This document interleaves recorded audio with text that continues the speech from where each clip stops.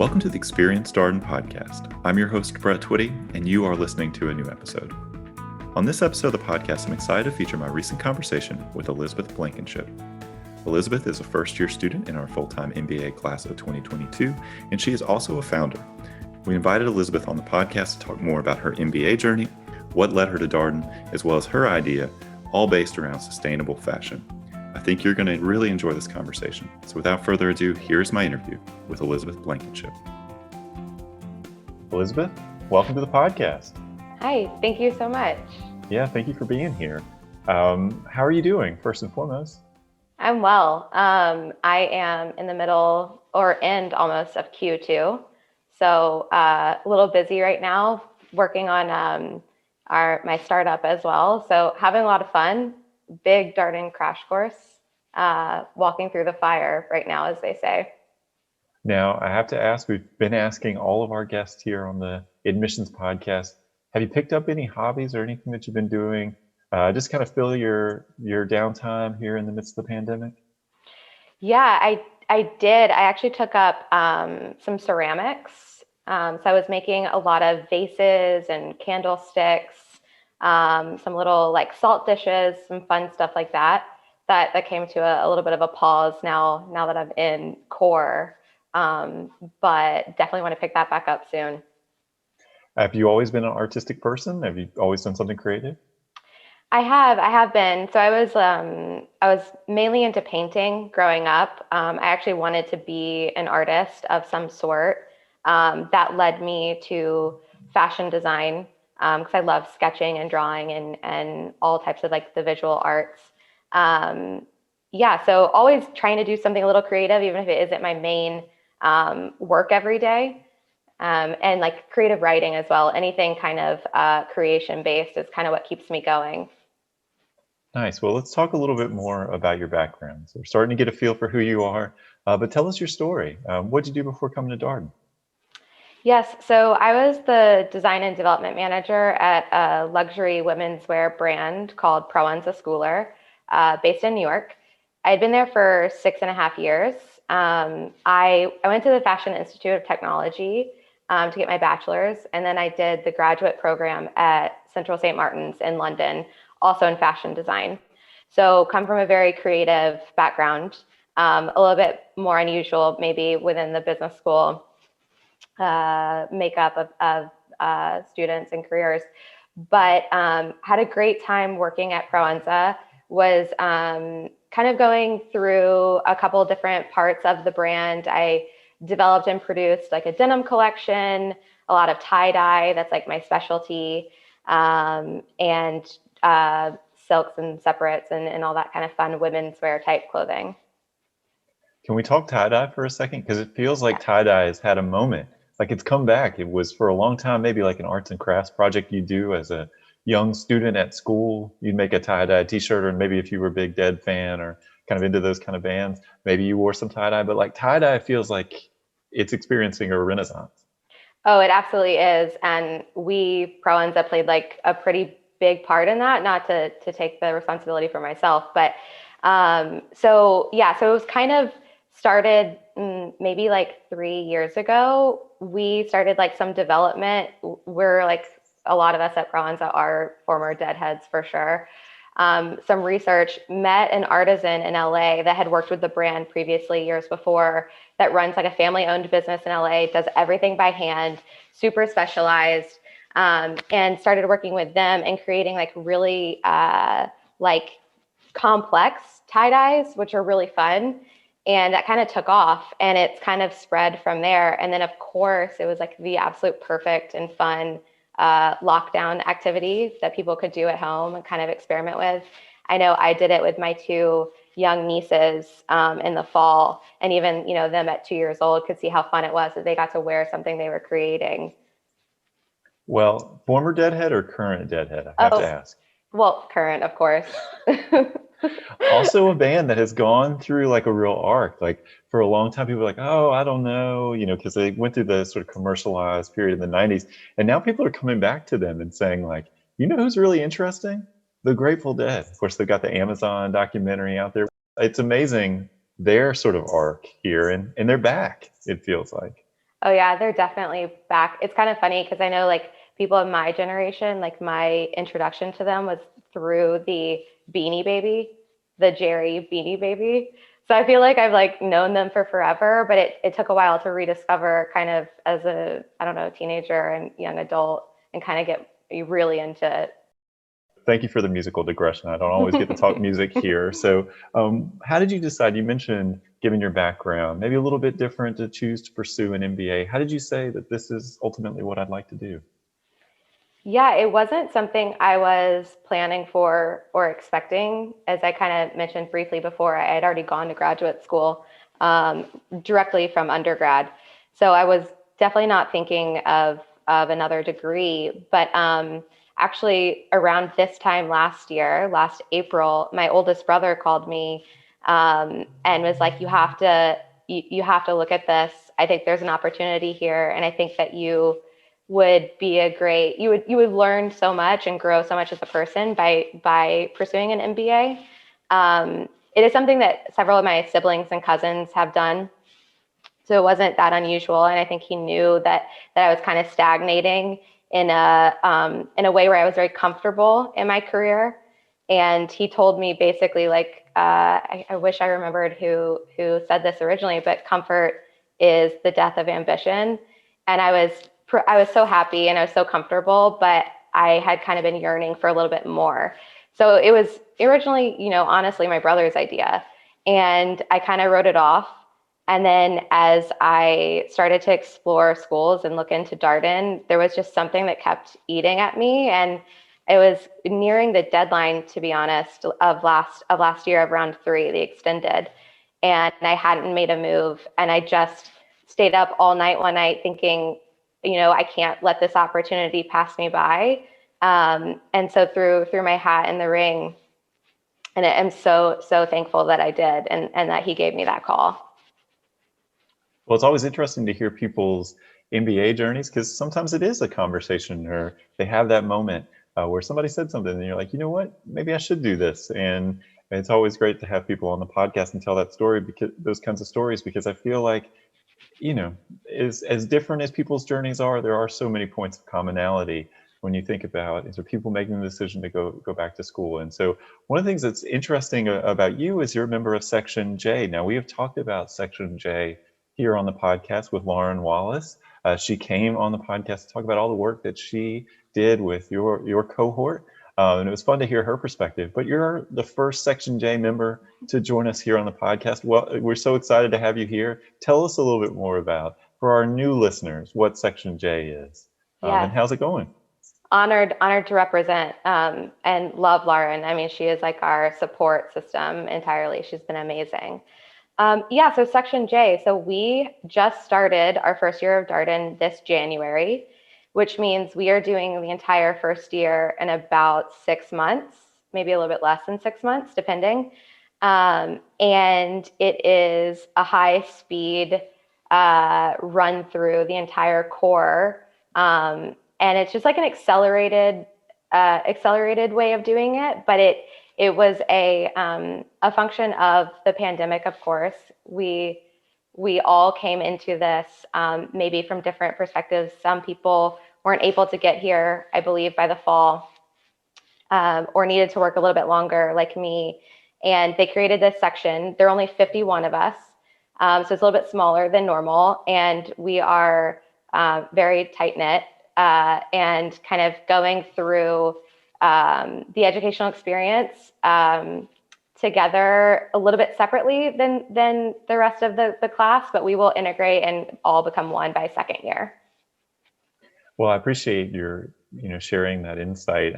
I'm not surprised to hear that you're tight knit. Not unusual for a Darden section, but I'm sure being on your own path and your journey together. I mean, you are part of the first year class, but nevertheless, you have a shared experience, and this is a one-off thing. This is a January section, and it was offered, as you mentioned, to create flexibility for students in the sort of face of the pandemic. We had international students who had uncertainty around visas and their ability to matriculate, and just really trying to be as flexible as we could as a school. So I'm glad to hear that things are going well. No doubt has made for a busy start to your 2021, I'm sure.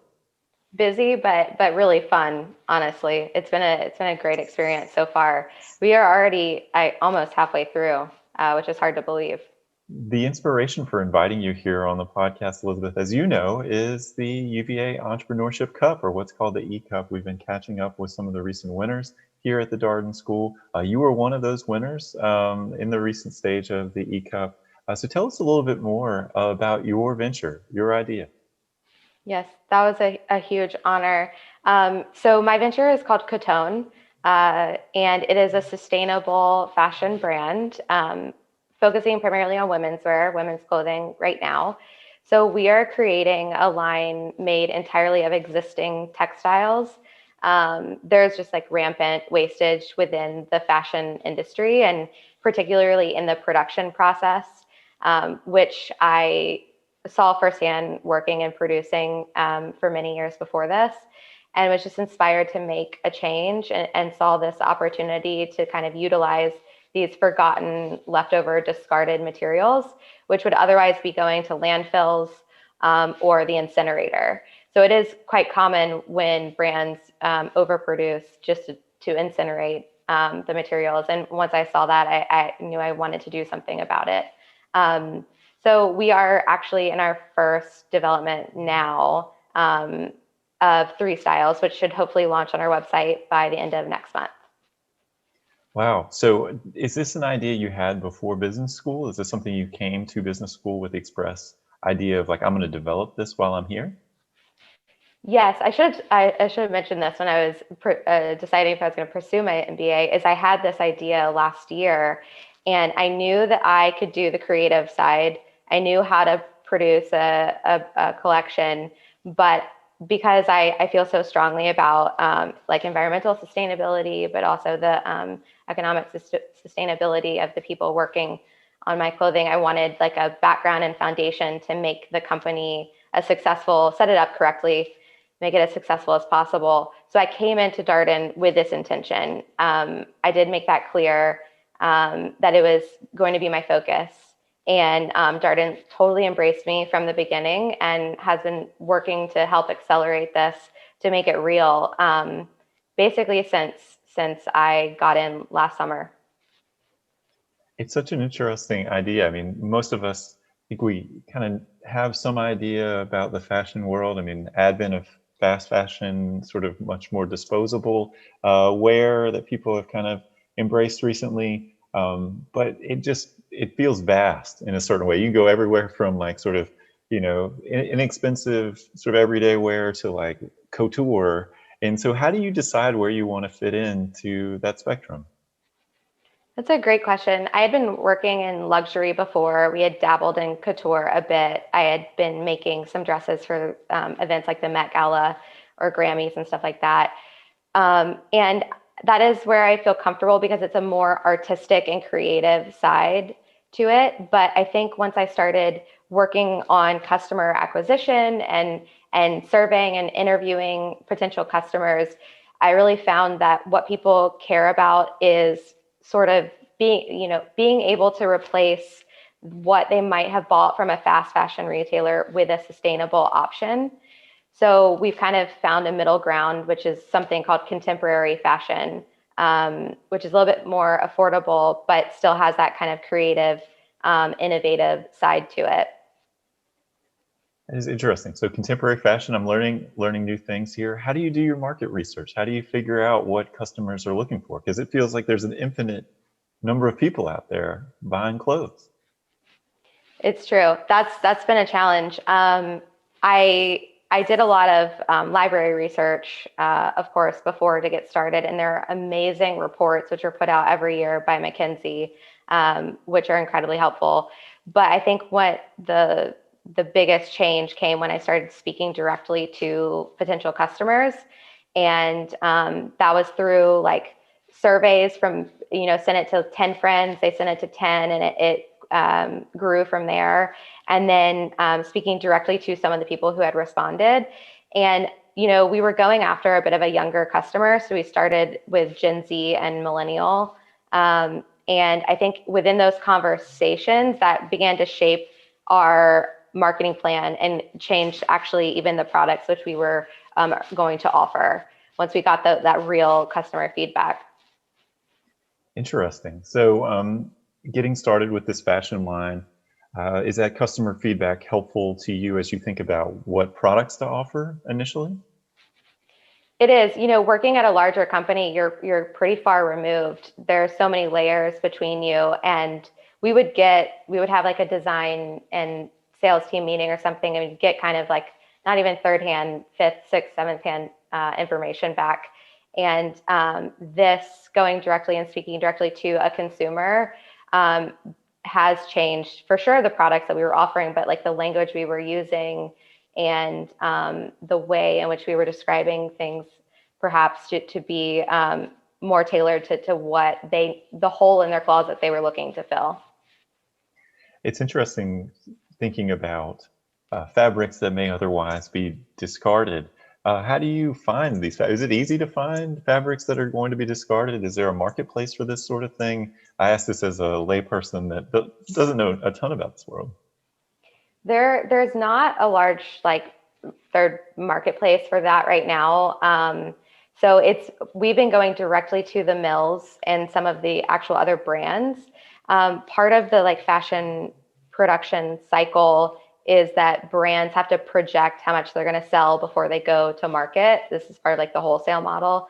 And they begin the weaving of the textiles way in advance. And so those fabrics usually still live at the mill level. So we went directly to the mills. And some of the older mills that I had been in contact with before from my previous career, some of the older mills are the ones that have like the largest back archive.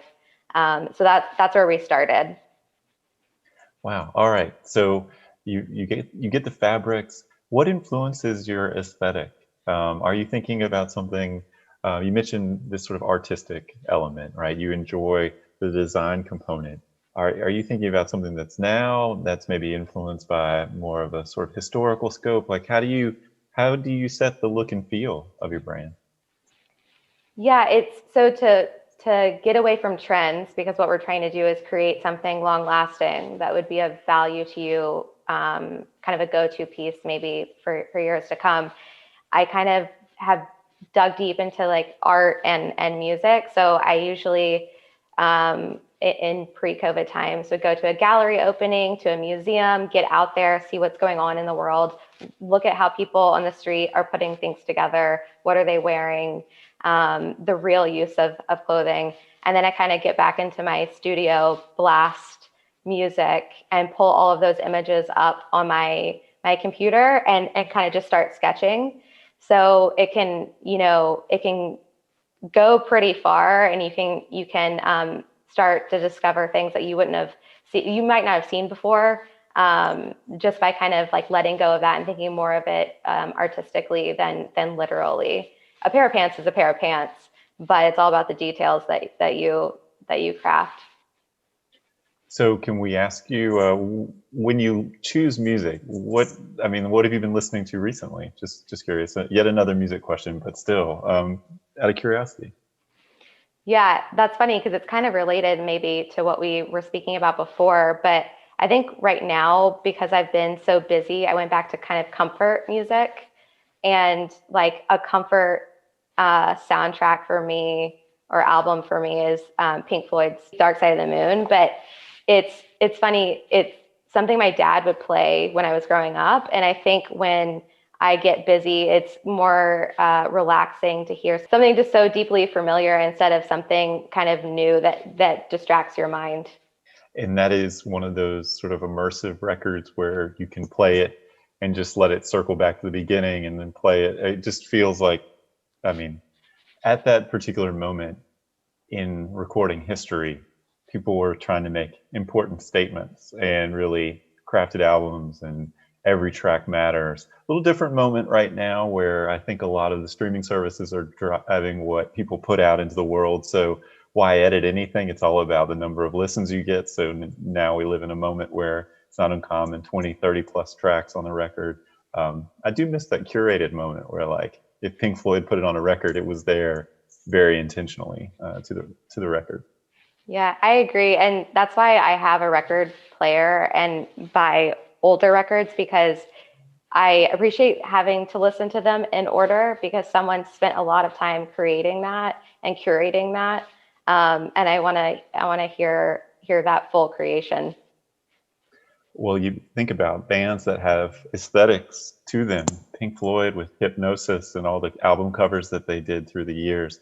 Um, my hunch, now this might be a music fan question, but my hunch is if you just showed people, 3 or 4 Pink Floyd records, be able to recognize quite a few of them without any sort of name or album title on them. The Dark Side record, the Wall record, Wish You Were Here. I mean, these are like iconic, famous records.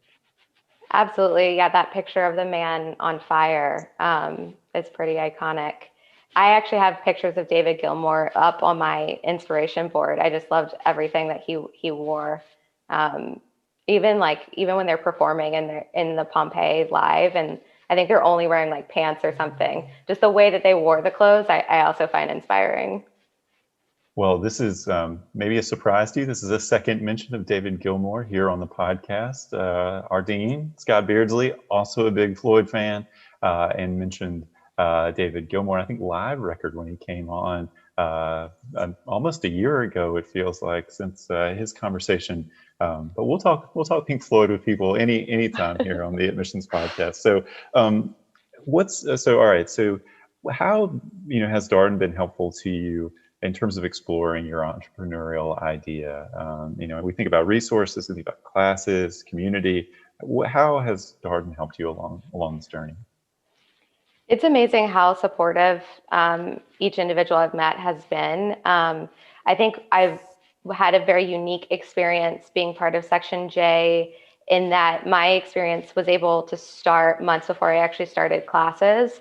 So I was assigned, my second year career coach alongside the August starts. And that was a game changer for me. My second year career coach, Alex Zaretta, who was a fellow E-Cup winner, just like totally embraced me and got on board and started keying me in to the Darden entrepreneurship community. So I was able to kind of connect and meet people last August before I got here and started.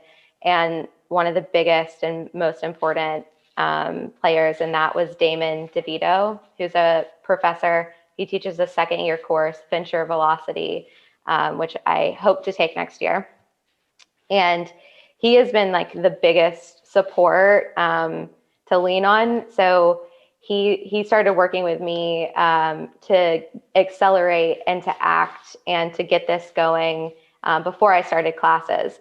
And it's funny because I thought like, oh, well, I need to come to Darden. I need to learn how to do it. Like I'll do it, I guess, next year, because then I'll like have learned something.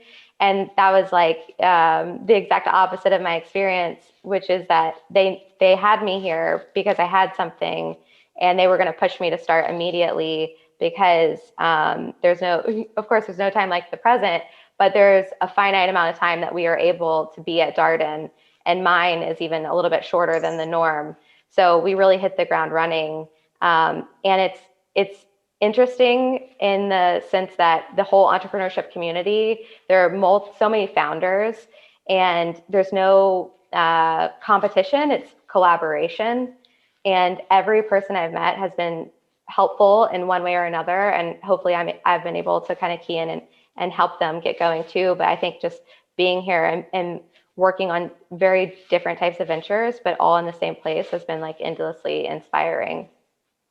Yeah, how has that community been helpful to you? I mean, sometimes people think, gosh, well, is it, we get a lot of questions about culture and what Darden is like. We talk about it being a collaborative place, but it's always helpful to hear stories. So what does that look like for you?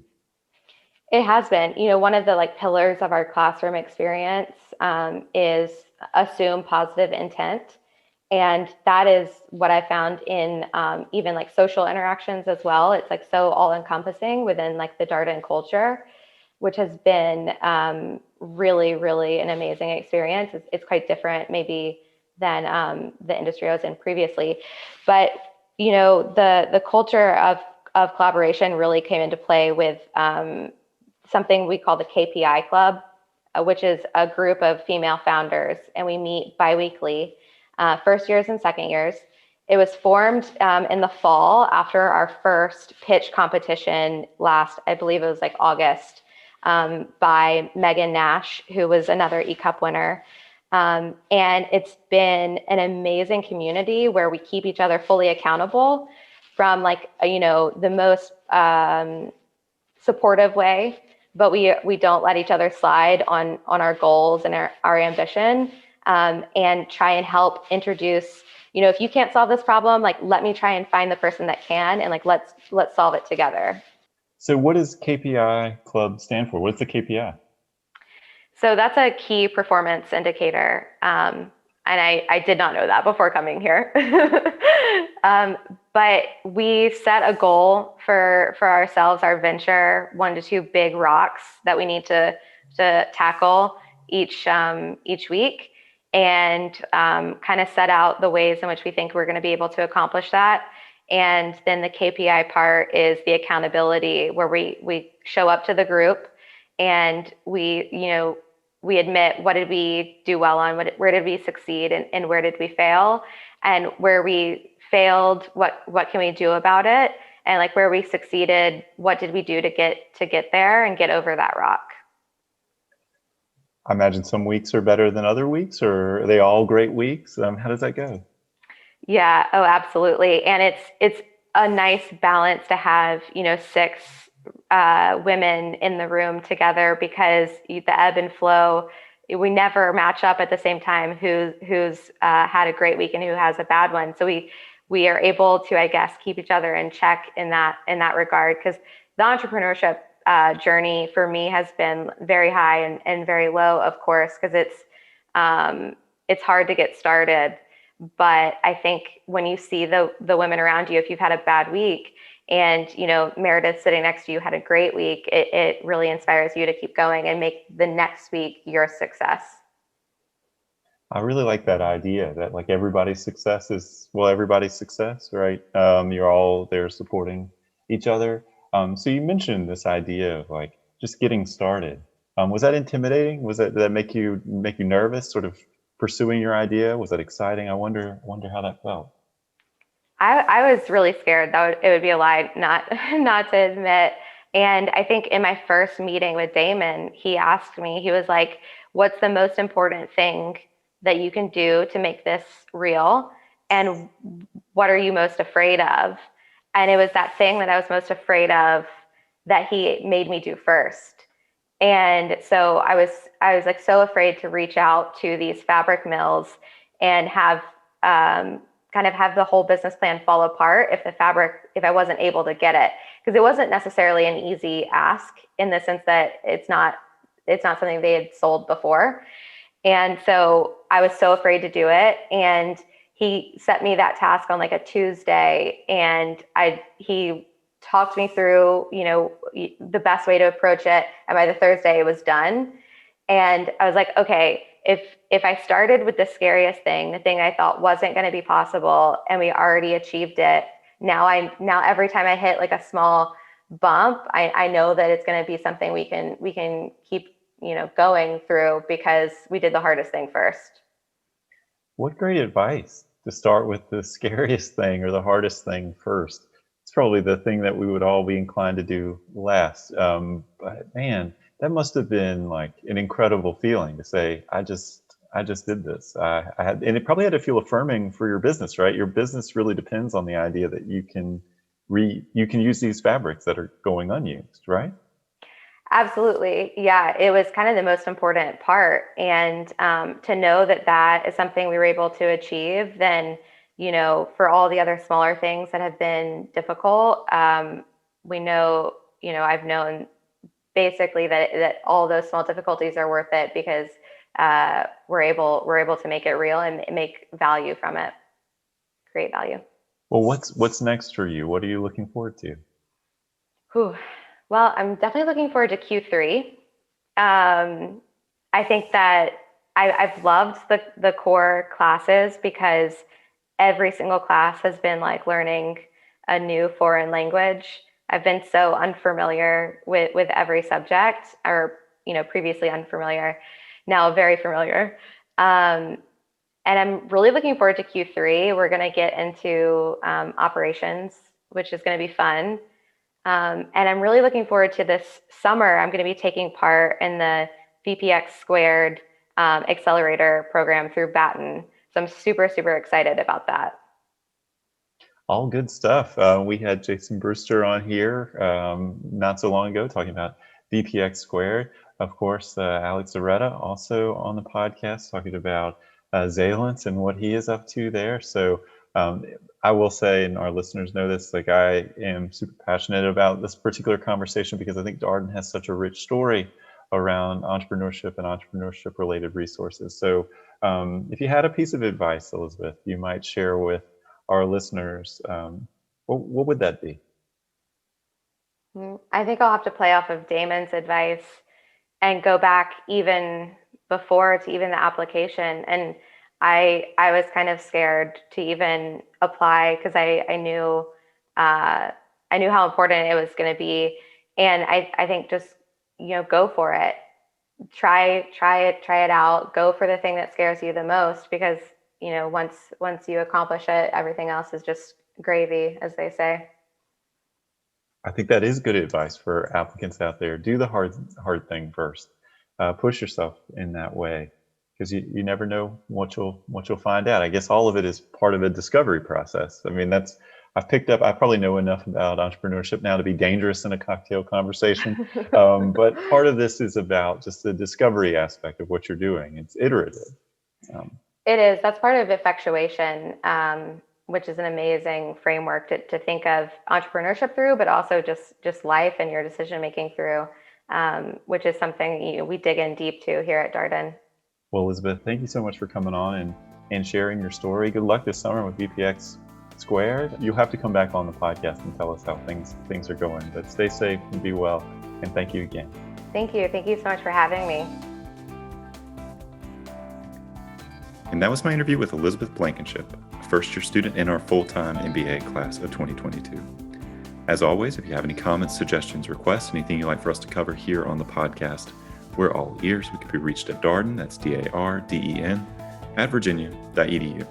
Till next time, stay safe, be well, and thanks for listening.